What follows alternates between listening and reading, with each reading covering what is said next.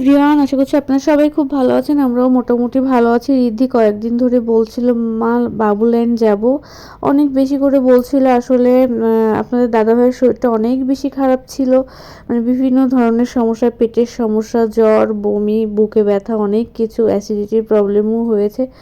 এগুলোর কারণে ওকে নিয়ে আমাদের বের হওয়া হয়নি। তো যাই হোক, আজকে আমি একাই নিয়ে এসেছি, যেহেতু রিদ্ধির বাবা হচ্ছে অফিসে গিয়েছে। তো এই কারণে আসলাম। তো এসেছি একদম সন্ধ্যার পরে আর কি, সন্ধ্যা মানে এখন ইফতারের একদম পরে। তো এই জন্য লোকজন একদমই কম, কেউই ছিল না। রিদ্ধি একাই ঢুকেছে, তারপরে আস্তে আস্তে সব বাচ্চারা এসেছে। তো যাই হোক, রিদ্ধি খুব সুন্দর একটা সময় কাটিয়েছে। আর আমি তো বসেছিলাম, কি করব, আমার একটু মাঝে মাঝে বোরিং লাগছিল। তারপরে ঠিকঠাক যখন ওদের খেলা দেখছিলাম তখন বেশ আমিও খুব এনজয় করেছি, এটাই আর কি। তো এই যে রিদ্ধি প্রথম প্রথম এসে আসলে মানে বুঝতে পারছে না কোনটায় যাবে কোনটায় খেলবে, এরকম আর কি। আর যেহেতু কেউ নাই, ওর একটু ইতস্তত হচ্ছিল, পরে সেটা একদমই কেটে গিয়েছে। আর এই যে মাঝে মাঝেই তো আসতে চাই। তো এই যে বলগুলোর ভিতরে গিয়েছে, গিয়ে বলছে মা হচ্ছে ওটা নিয়েও বুঝতে পারছিল না আসলে খেলাটা। তারপরে যে দেখিয়ে দিয়েছিল, তারপরে বসে বসে সবগুলো খেলাই ও খেলেছে। তো যাই হোক, বারবার আপনার দাদাভাই ফোন দিচ্ছিল, খোঁজ নিচ্ছিল আসলে। আমি বললাম যে এখানে 2 ঘন্টার সময় আমরা থাকবো, তুমি যদি এর ভিতরে আসতে পারো তাহলে অফিস শেষ হয়, তাহলে তুমি চলে আসবা। তো যাই হোক, বাচ্চার সাথে এরকম আসলে মাঝে মাঝে সময় কাটাতে ভালোই লাগে। নিজের মতো আসলে সবারই একটু বাঁচা উচিত, তাহলে মনটাও ভালো থাকে আর জীবনটাও আসলে সুন্দর হয়। আর কিছুদিন ধরে বিভিন্ন রকম ব্যস্ততা যাচ্ছে আর কি।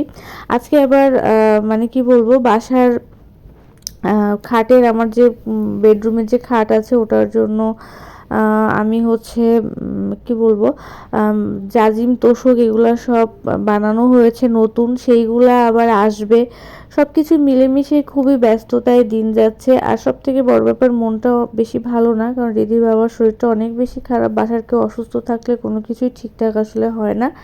তো রিদ্ধি এই যে জাম্পিংয়ে চড়ে খুব বেশি লাফালাফি করছে আর বেশি মজা করছে। 2 ঘন্টা যে থেকেছে, ও লাস্টলি আসবেই না, মানে এখানেই থাকবে, এরকম একটা ব্যাপার। মানে ও একটু মানে ভিতরে ভিতরে হয়তোবা ক্লান্ত হয়েছে, কিন্তু আসবে না, বলছে বাবা আসুক তারপর আমি যাব। তারপরে এই যে আমি এখানে বসে আছি, আসলে 2 ঘন্টার সময় কাটা খুব মুশকিল।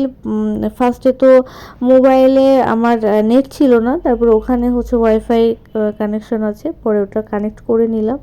এই যে এখন হচ্ছে অনেকগুলো বাচ্চা এসেছে, তো রিদ্ধি সবার সাথে একদম পরিচিত হয়ে মিশে গিয়েছে, খুব মজা করছে এবং অনেক বেশি খেলা করছে আর কি। ভালো লাগছে আসলে। বাচ্চাদের ঢাকা শহরে কোথাও তেমন খেলার জায়গাটা আসলে ওদের নাই। এই কারণে একটা জায়গা এখানে আসলে সব বাচ্চাদের সাথে বাচ্চারা দেখা হয় এবং খেলা করে, মনটা অনেক বেশি ভালো হয়, এটাই আর কি। এদের সব থেকে বড় ব্যাপার যে ওরা মানে বাচ্চাগুলো যে খেলে, সাথে আসলে লোক থাকে সবসময় দেখে, টেক কেয়ার করার, এটা অনেক ভালো লেগেছে আমার। তো এই যে এখানে ওরা উঠছে, আর এখানে হচ্ছে ইচ্ছা করলে কেউ খাবারও খেতে পারে, অর্থাৎ কফি, চা, তারপরে হচ্ছে পেস্ট্রি, কেক, এগুলো আছে আর কি। তো এই খাবারগুলো এখানে খাওয়া যাবে। তো আমি যাই হোক, আমি খেয়ে গিয়েছি, আমার একদমই মানে খিদে ছিল না। রিদিকে জিজ্ঞেস করছিলাম তুমি কিছু খাবে কিনা, তো ও হচ্ছে খেলায় ব্যস্ত, তখন তো ওর আর খাওয়ার মন নাই, এটাই আসলে স্বাভাবিক। তারপরে যখন ওখান থেকে খেলাধুলা রিদির হয়ে গেল, খেলাধুলা শেষ করার পরে আমরা হচ্ছে বের হয়ে আসলাম। আমরা দাদাভাইকে ফোন দিলাম, বললাম যে তুমি কখন বের হবা।